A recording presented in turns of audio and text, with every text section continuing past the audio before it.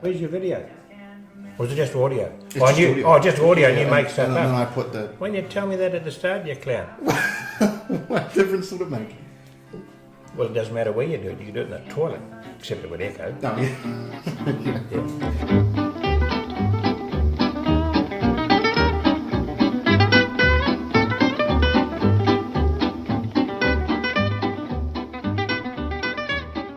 Yeah. I generally have music going on. My mother was a music teacher Oh, really? until a couple of years before she died, blind. Weird, eh? She was still teaching, mate, when she was technically blind. Piano. Right. Yeah. What kind of blind? Yeah, Because no. my grandmother had macular degeneration. Was it something? Oh, no, similar she to just that? couldn't see. It started off sideways stuff, you know, Yeah. which might be the same sort of thing. Macula's from the middle out. Oh, is it? Yeah. Oh, I think hers was from the out in. But Right. anyway, yeah, and then just slowly, I think she was down to about 5% or something. But Really? yeah, but anyway, she was 90. Righto, mate. How long did she teach music for? 70 years. 70 years. Wow. So would she? No, sorry, no. She was teaching for 65 years. Yeah. Because she got her LTCL in her early 20s. Right. And almost immediately started teaching at that time because it was an income Right. Yeah. Of course. back in those days. Yeah, Yeah. So would she play? She played piano, obviously. she played the piano. Yeah, Would she play concerts and things? Was that no, she wouldn't. No, just to teach it? my mother was unusual to me, in so much as her piano playing was concerned, because she was very classical. But the unusual component was, despite having played the piano and taught it for all of those many years, Yeah. including having played the organ at a local church here for 40, Right. she wasn't able to play without music. Really? Yeah. So, and there are those musicians, as you know, that if you hum them a tune, Yeah. they'll pick up on it and play. So, no, my mother could never do that, you know. And even in her very last days, I would get her into the lounge behind us and encourage her to have a little tinker. Right. In fact, I've put that on YouTube Oh, right. for the benefit of the family. Okay. But she would struggle, Right. even with the most, frequently played hymns or tunes. Right. So Without the benefit of seeing the music. I yes, and of course she couldn't see it being blind in Yeah. the end. So Yeah. yeah. Let's talk about Peter Malgren, who passed recently. Because he did a lot for. He was the event planner, event manager. In his latter years, and I'm not too sure how many, but yes, he was the go-between for organisers and the elected members. Right. You know, particularly the elected members on any events funding committees. Yeah. You know, he was the person who facilitated that. Yeah. Yeah. His. It was quite sudden. When it was like last week, wasn't it? Was it Thursday morning? Right. It may have, but yes, it was late last week, 6:30 in the morning, Crikey. from a heart attack. Yeah. So you would have had a lot of dealing with him. Yeah. Because you were council up to 2013. I was a councillor beginning in October 2001, Right. up until October 2013. So, you know, my involvement with Peter was extensive. Well, not extensive, sorry, but it was frequent. Yeah. And on a regular basis because of my role as a committee member on that event funding committee. Right. And the joint committee. So, plus I'm an events-focused, community-focused sort of a person anyway. Yeah. So, and Peter had a very open, again, which reflects myself as well. He was a very transparent, open person. Right. He was a person who, when he gave you advice in regards funding, you knew that it was honest advice. It wasn't doctored or propaganda or manipulated in any way. He would tell you, the facts as he saw them. Yeah. But he was able to do it. He was unique, seriously. Right. I'll tell you the facts, and I'll tell you the truth. But in doing that, it's possible I'll upset you. Right. Okay, it's just our different personalities. Yeah. Peter had the ability to tell you the truth, but at the same time, you didn't hate him at the end of it. So he probably would have made a better counsellor than me, mate. Because I tend to upset a few people in a few camps, Yeah. because I'm not in any. I don't even like camping. Oh dear, I'm a motel man. Yeah, so Peter, and seriously, that's a fairly unique skill. Well, it's not a skill, it's a personality trait. Yeah. You don't learn that, you don't teach it. No. It's just who he was, It's still fairly unique, isn't it? Yeah, and we would have had, possibly in my time on the council, half a dozen, out of 500, but half a dozen people whom, with confidence, I could sit back and listen, right? And make a decision. Yeah. Just confident that the information I was getting was reality. Right. So yeah, that was a rare trait, mate. Yeah. He's going to be a sad loss, and the city council has lost a number of those people over recent times. Peter was there 30 years. 30 years. So that's a huge amount of history.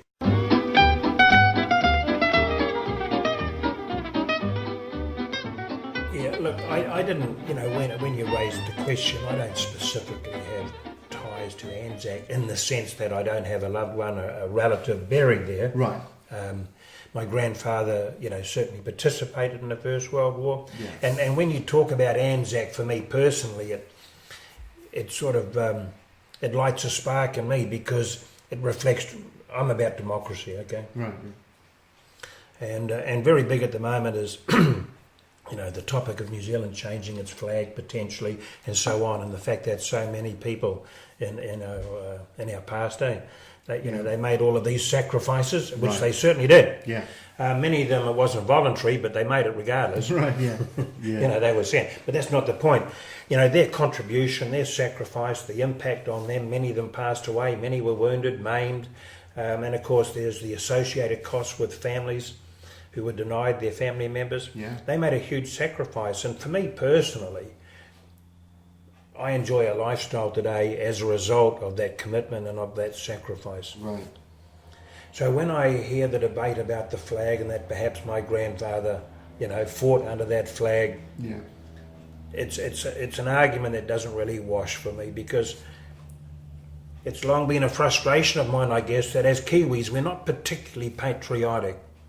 I watch television, as we all do, and I'm constantly amazed, and I applaud what I see for major events in America, for example. Yeah.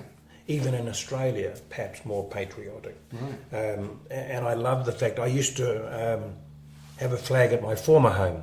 The New Zealand flag used to fly. So, I'm very patriotic in that sense. And that has, it's just been a little concern for me that perhaps we've lost some of that. Right. Or if in fact we ever had it. Yeah. Yeah. So the debate about the flag and the fact that they flew under it, the flag for me is just a branding. It reflects what our country represents today and going on into the future. So I don't have any issues with that, but I do have frustrations that the community doesn't get as upset about real things that are really impacting on them, and that's that area of democracy.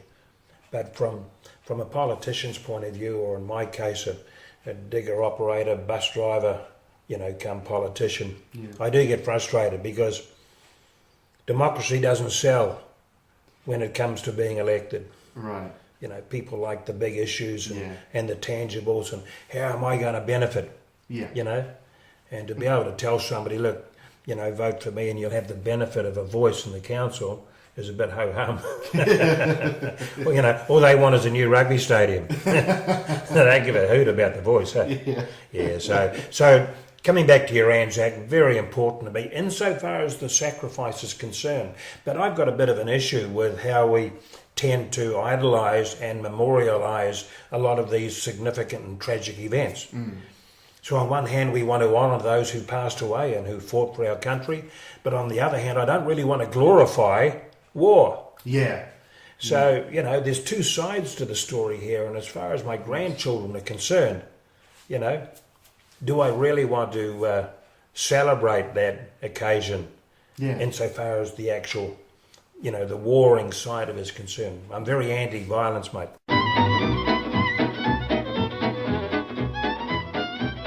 No, look, I was born and raised here, as I've mentioned, for the most part, but in 1974, not long after I was married to my wife Marion, she visited Brisbane, and she rang and said, you know, what a wonderful place it was, and perhaps I should come over. Right. And a few days later, I went over to Brisbane and I said, hey, this is a bit of us, and we stayed there. Right. And for a period of time there, I worked for the Uniting Church in Australia. Right. Yeah. So that's what we did there. And then we eventually came back home again. Right, right. So you've been here, born and raised in Tauranga. Yep. When did the interest in sort of local politics or politics in general come about? In the late, mid-90s and the latter part of the mid-90s, I was a significant, in my mind, right? It wouldn't be in Paul Adams' mind, but in my mind, a significant landowner in the area of Gate Park. Right. I was also in the business of land development, building a few homes, but in a small scale. All right. Yeah. So it's all relative. I was also in the tour coach business, but that's. So I had an interest in tourism and an interest in the land and the environment. And being, having a few acres in the middle of Gate Park, just to the east of the new shopping centre there, I had a lot of neighbours. Right. And there were a number of issues which brought my attention to the council. Prior to this time in my life, I doubt I'd ever voted. I could have told you who the Prime Minister was, but very little more. Really? Yeah, wow. Yeah. So, and that's not unusual. Right. I think I probably reflected many in our community. Right. Our political awareness and interest was next to zip. Right. One of the issues that came up in that period was a desire on the part of our city council to extend the runway. Right. And I can remember there was $1 million cost attached to that. And being in the tourism industry, we were just a charter company. Frankly, I was embarrassed when I had a job which involved the Tauranga Airport, because it was very much third world, in appearance. Yeah. Seriously, it was amazing. Really? It was third world. And I couldn't get my head around the fact that we had a collective of elected members and perhaps some business people who were looking to invest in extending a runway. Yeah. And I can remember at the time, in fact, it was the mayor of the day saying to me, listen, young man, do you realise our runway is the shortest of any major provincial city? Really? And I'm going, yep, okay, so what? So it was a bit of an ego trip. But the Tauranga Airport was, mate. It was very third world, and I'm pleased to say now it no longer reflects that. Right. It's functional and it's working reasonably well. So that took it. I really couldn't believe these guys would seriously invest in a runway which wasn't required. Right. Although they did have there was a thought that perhaps they might have international flights there, So I don't know what medication they were on. There was also talk about having a regional airport at Pongakawa. Now, Pongakawa? Yeah, at Paingaroa. And I actually supported that. I suppose they've got enough space out there, haven't they? Oh, heck yeah. Heap of space. As a country, we're very small, but you would have noticed in your time that everybody wants to have everything, and everything's about what the neighbours have got. Look, and how many times do you hear in the media here, we're the 5th largest city. Somebody said we're the 4th largest the other day. It's crap. But we're the 6th largest. Right. But as I said to a guy yesterday, so what? Yeah. How is being the 6th largest city relevant to our rugby stadium? Right. It's not relevant at all. So, but anyway, so having a centralised airport made sense to me. Yeah. I'm not happy with our airport. It's a great airport. Look, it's close, it's handy, it's 15 minutes for me personally. Right. Put aside my needs and think about the practicalities and the growth of our city. The airport shouldn't really be next to our fuel tanks and storage tanks. Yeah. To me, it just doesn't make sense. Yeah. To me, in the long term, it makes sense from our country's point of view that we should be, cooperating more with our neighbours. Yeah. Rotorua Airport should become just a local, recreational airport. Yeah. Likewise with Tauranga, light aircraft, but our main airport and our main focus should be Wakatani, Rotorua, Tauranga. So anyway, so those issues took my attention. I can remember thinking to myself, hell, I'll take a coach over to the airport runway and I'll straddle the damn thing. That'll stop them digging it up. So, I couldn't believe these guys, you know. Yeah. But then around that same time, Liam, we were having some significant stormwater issues in Tauranga. Right. And it's only when you get into certain situations that new information comes to hand. And as a landowner in town, you know, with a few acres, I became more aware of how this council operated. And in my case, I had stormwater drains going through my property. Now, a stormwater drain is an open drain that's dug in the dirt that conveys stormwater off the roads and off other people's properties. Right. Stormwater pipes do exactly the same job, Yeah. except that the council has paid for them and they have to monitor them and maintain them and clean them. Right. But if it's a drain, their attitude in the late 1990s and was that they didn't have to. So I would have these open drain network to carry the stormwater, the council stormwater, the community stormwater through my property, and they would get full of gravel off the roads and Coke bottles and all sorts of miscellaneous rubbish. Right. When I'd ring the council, they'd say, well, not our problem, mate, it's your drain. So just total lack of integrity. Right. And the council also, of course, not only did they fail to clean them, but they refused to maintain them. Right. Down the bottom of Courtney Road, there was a main drain, which was the catchment for a lot of the water from Greaton Road, Merivale Road, and a valley up there. Yeah. And there were some new properties, in particular one house that had just been built down there.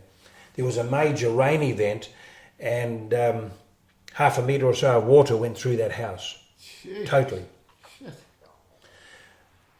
Frustrated, the local residents and property owners rang me because I was involved in earthworks and had diggers and so on, Right. and said, listen, the council staff are coming to meet us tomorrow morning to discuss this flooding and rain event. Would you come? I wasn't personally affected, but again, yeah, why not? I'm here to help. So I attended, and we stood on a bridge in the bottom of Courtney Road and looked at the offending drain. The drain itself was totally covered in weed growth. Seriously, I've got the photos still. Really? You couldn't see the water. God. When I inspected the culverts under Courtney Road, they were half silted up. So what happens is it's just the silt of the road. So anyway, I then listened to the engineers, and they said to the residents who were flooded, it is the opinion of council that the degree of flooding overnight was not in any way impacted by the sediment and vegetation. Right. That's their opinion. Now at the time I knew what my daughter's hair does to the shower outlet. Yeah. The smallest amount Yeah. has a significant impact on the flow. Yeah. Mate, they were lying. Yeah. They were seeking to divert attention from the truth. Right. And it's just something I abhor and reject.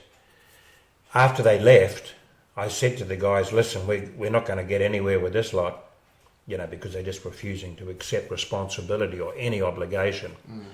So I went home and got a digger. And I spent 6 hours, I think it was, or less than that, Right. cleaning out the particularly bad section of open drain. Yeah. Somebody must have rung the media or something because they took a photo of me sitting on the digger cleaning out this drain. And the local community down there had no problems thereafter Right. as a result of that cleaning process. Right. The council threatened me with action for interfering with the drain, which they didn't want to interfere with themselves. So that was really the nucleus, okay? Yeah. And there were subsequent flooding events almost every March and April in our region. Right. Yeah. Yeah. So in 2001, somebody said to me, oh, you should run for council, You got to be joking. What drugs are you on? But for some stupid reason, seriously, at the time, and I can't remember what actually tipped the scale to have me nominate, but I did nominate for council, early in the piece in 2001.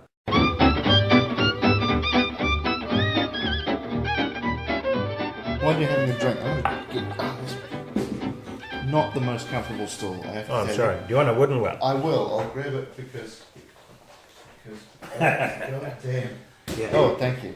So in 2001, I've nominated for the council, okay? Okay. And I've got little time for, bureaucracy that's... Anyway, we won't go down that line. The months or the weeks pass and it becomes... And I've paid my whatever it is, nomination thing. And the first opportunity to meet the candidates is at the Gretton Motor Inn. Right. With the proprietor is a fellow called Tony Fahey, an Irishman. I turned up at this event late, albeit by a few moments, and the candidates were already there. And Mum and Dad and Nana, all related to the candidates, no doubt, they were all sitting there. And when I walked in there, Tony Fahey was at the back of the room, and the candidates were sitting on seats up there. All of them, literally all of them, in white shirts, it appeared, and black or dark pants, and they looked like a choir. They did, like the Mormon Tabernacle Choir. And there was this joker sitting at a desk, he was in charge, Yeah. So anyway, Tony, whom we've known for many years, because he was here when I was a kid. Right. And, g'day, Murray. Oh, I'm a bit late. Do you want a brandy, mate? Would you like a brandy? I said, that'd be very nice, thank you. It'd be rude not to, wouldn't it? Of course. Yeah, I don't want to offend the guy. I want his vote. Of course not, exactly. So 3 brandies later, true, 3 brandies later, the choir have all individually shared their thoughts, feelings and aspirations for our city. Right. With each brandy, my appreciation of the candidates is increasing. It's true. I thought I was going to, be able to avoid all of this because A, I didn't have a white shirt and I couldn't sing. But anyway, it got to the end and whoever was managing it, I think it might have been Grey Power or something. Just trying to think, yeah. They said, look, we've heard from all the candidates. They've had their 3 minutes. However, I do believe there is one more candidate at the back of the room who arrived shortly after we started. And if he would like to come forward, we will hear from the final candidate. So, loose lips. Now remember that I didn't want to be on the council, Right. because it's all well and good to nominate. Right. It's a bit like you made the decision to get married, Right. and then the reality sets in and you go up, mate. So I got up on the stage, in front of these people, and I shared my thoughts in regards the candidates I'd listened to, and I was pleased to say that I was very impressed with the quality of the candidates, and on that basis it would be inappropriate for me to continue with my nomination because I could very well, we've got to be about securing the best outcome for our city, don't we? Right. At the end of the day. And that's one of the reasons why I have a real issue with our processes, by the way, nomination processes. Right. Who the hell am I to nominate without knowing if Liam's going to? Right. If I think you are better than me, why would I nominate? Yeah. Because I want what's best for our city. Okay? Sure, yeah. But there is no process that enables me to know who is considering nomination. So I digress. So anyway, I got up there, I'm impressed with these guys, and on the basis of that, I officially withdraw my nomination. Thank you and good night. Okay? Yeah. So the evening is over and I go home and I tell my wife I've decided to withdraw from the nomination because there is a good calibre of people, in my opinion. I rang the council the next day and I said to them that I wanted to withdraw my nomination, which had been officially lodged. Yeah. And they told me at the time it was going to cost $5,000 to $7,000. What? Yes, because they had to print inserts or, in booklets or something. Oh, so because they've already had the They must have ballot done. sheets printed. So I said, well, look, we won't go down that track because, I don't want you to spend the $7,000 and I sure as hell ain't going to give it to you. So I'll just do nothing. Which I'm good at. I thought. You're too good at it. But I failed at that as well because I did nothing. And the Bay Times rang up and said, "You're a candidate." I said, "No." So they didn't even put the little profile picture in the paper that they do, you know, at the time. Right, yeah. So there was absolutely nothing. No advertising, no hoardings, no nothing. Murray Guy has withdrawn his nomination. Yeah.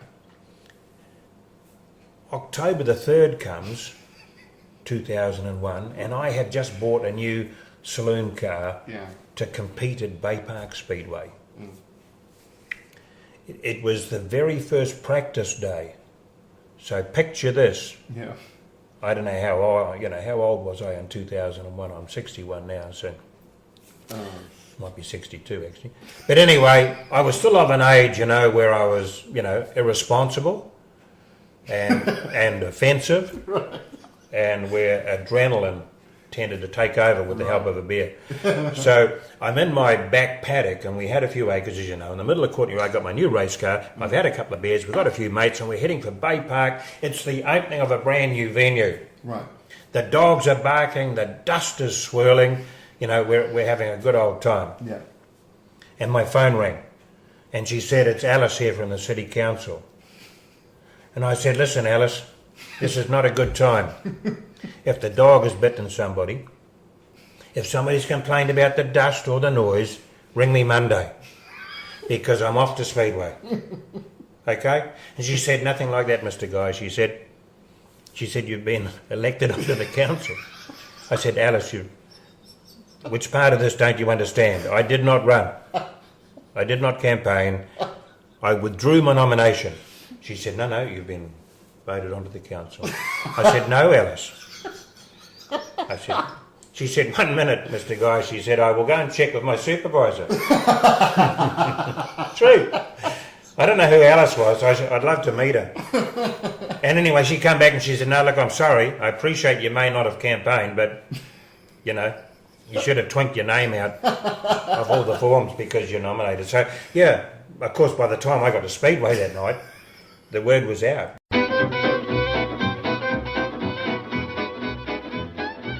Why buses? Why charter buses and things? In my early days, Yeah. as a teenager, I was very involved in the youth movement Right. in Christian circles. Right. I mean, in those days, you were... What else was there? You wouldn't know, you're too young. Yeah, no. But in those days, I'm just trying to think there was very little else, Right.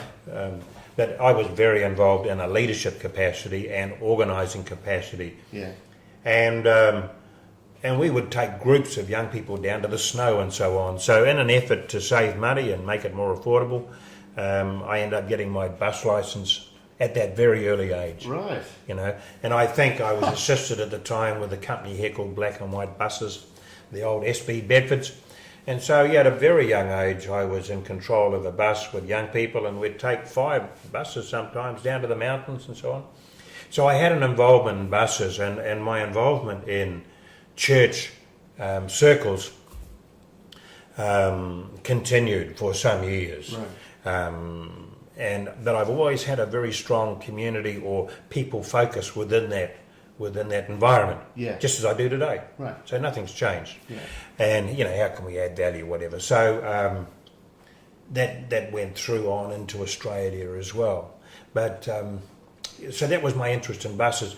When I decided to come back to New Zealand, or we made that decision, I'm just trying to think somebody actually asked me. There was a company here, a smaller company, asked if I would, do a few charters or something for them. Yeah.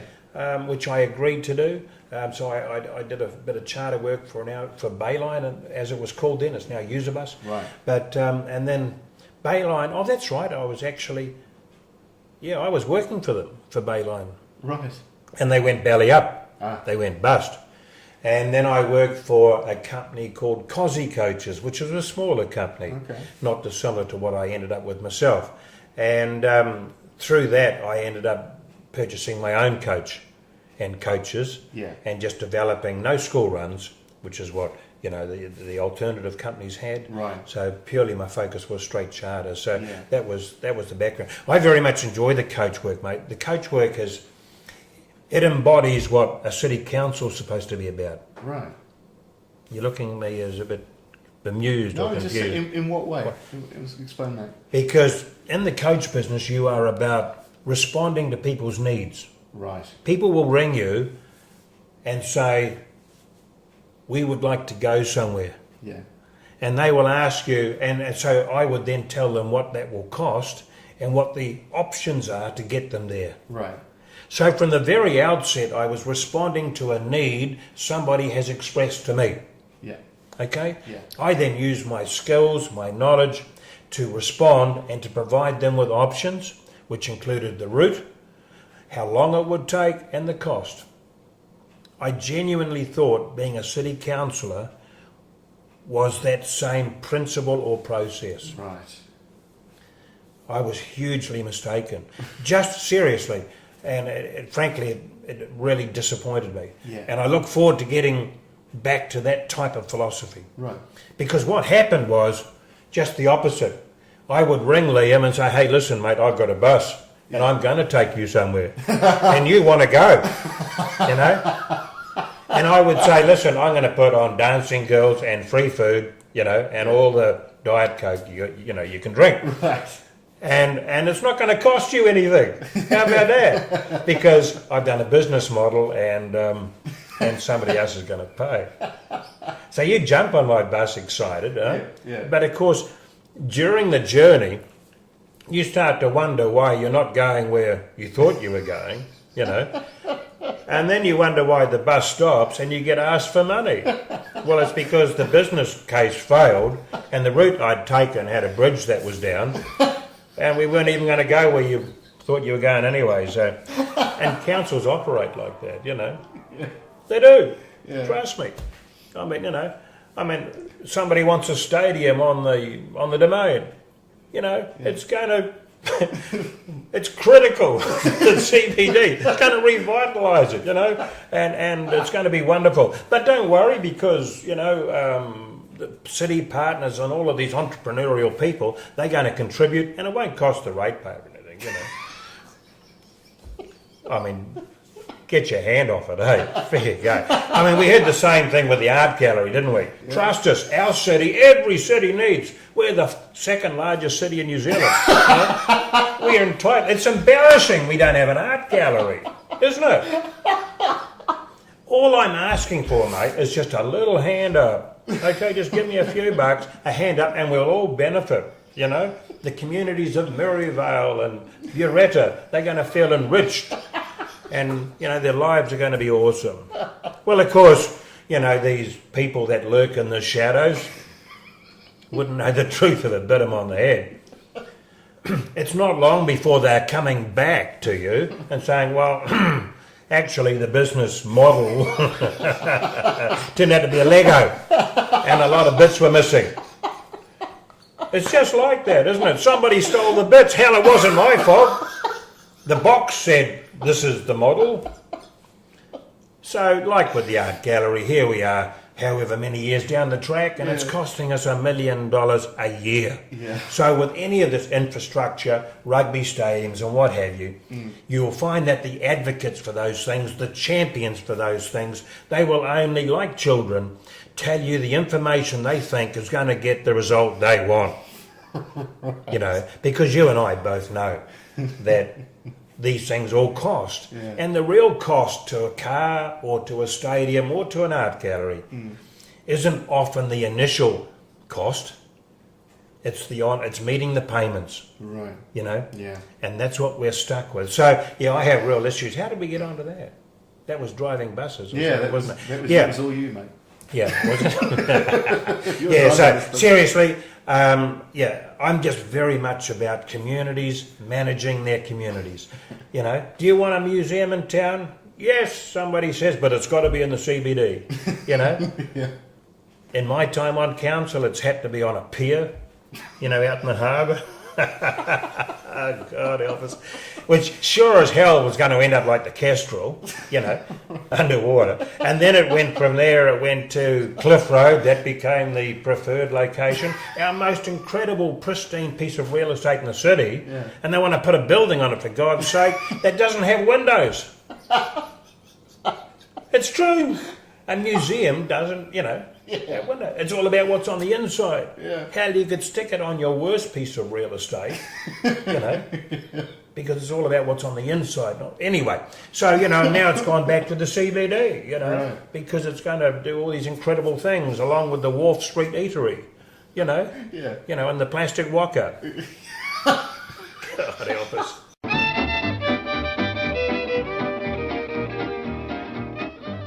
I remember attending the first meeting for the Merivale Community Centre, you know, yeah. And I was invited there, again, because I guess of the significance of my land holding in the area. Yeah, that was quite an experience. Do you want to hear about that? I'd love to. Yeah. So these people, I don't know who they were, but they rang me up and they said, Murray Guy, I said, yeah, we're going to have a meeting at the Merivale School with a view to establishing a community centre in Merivale. Really needed, you know? Yeah. And I said, yeah, hey, look, that's a bit of me, because I have an involvement and a concern for youth and their well-being. Right. So I attended the meeting, and it was at the Merivale School, and the parking was in the school grounds, Liam. Yeah. And they had security, or they had people patrolling the grounds, which I think might have been the local mongrel mob or similar. But anyway, I didn't care. I mean, they'd been employed, and it was good that they had them there, right? Right. So we went into a classroom, and I sat down there with the other people, and there would have been 30 people present, I guess. Right. And I think at that meeting it was being championed by the agencies, might have been the Social Welfare Department and a few of these other social support agencies. Sure. And they were up the front. I think perhaps the headmaster or mistress or whatever at the school might have been there. Yeah. But whoever was leading the meeting made it very clear that we're not here to be negative about Merivale, okay? Right. This is paradise. People just don't know it, you know? Right. So no negative stuff, guys. We are here to add value to our community and to debate, firstly, do we need a community centre, and perhaps put in place a strategy to secure it. That's great. Now, I've mentioned to you that I was a heavy smoker, haven't I? Yeah. So the same applied then, of course, and the time came when I needed a smoke. So I went outside to have a smoke and get my cigarettes, which were in my car, and I was somewhat surprised, I admit, to find that my car had gone. The security had let me down. Yeah. And the image which the meeting chairperson was hoping to retain and convey had suddenly vanquished. You know, it was just So my car. I did make a mistake though. I accept. You know, I was partly responsible because I owned a red Holden V8, which isn't a hell of a good car to take to the Merivale School, is it? No. So anyway, my car's gone. So I thought this is not good. Where am I going to get a smoke? I went into the meeting and I said, listen, Mr. Chairman, I know that you don't want us to be negative, and I appreciate your rationale for that. But it may be of interest to the people here, and perhaps even to yourself, that my car's just been stolen from the school grounds, and they might want to check to see if... So, of course, an immediate adjournment took place and everybody rushed outside. I've never forgotten that. But more importantly than my car, what I've never forgotten also was that in their efforts to secure a community centre for the children and for the families of Merivale, what did they do? They bought a house. They bought a house. Well, they didn't. They got the council to buy a house in Kesteven Avenue, I think it is, that leads up to the school. And I remember thinking to myself, you guys are nuts. Did you buy a house so that you could put some people in it and some computers, perhaps make yourself a cup of coffee? How the hell is a house going to add value to the children and to the families of Merivale? So that really confused me. And why it confused me was because I'm only guessing now. I wasn't privy to the price, but they probably paid $80,000 or $90,000 for it. This is the city council, and it was then provided to the community centre, I think, at no rent. Right. And that applies still today. But at the time, I was in negotiation to purchase the valley below the school, Yeah. below Merivale Road. Right. The school overlooked that valley. There was 8 acres in there, which I was looking to add to my own 8 acres, Yeah. potentially. Right.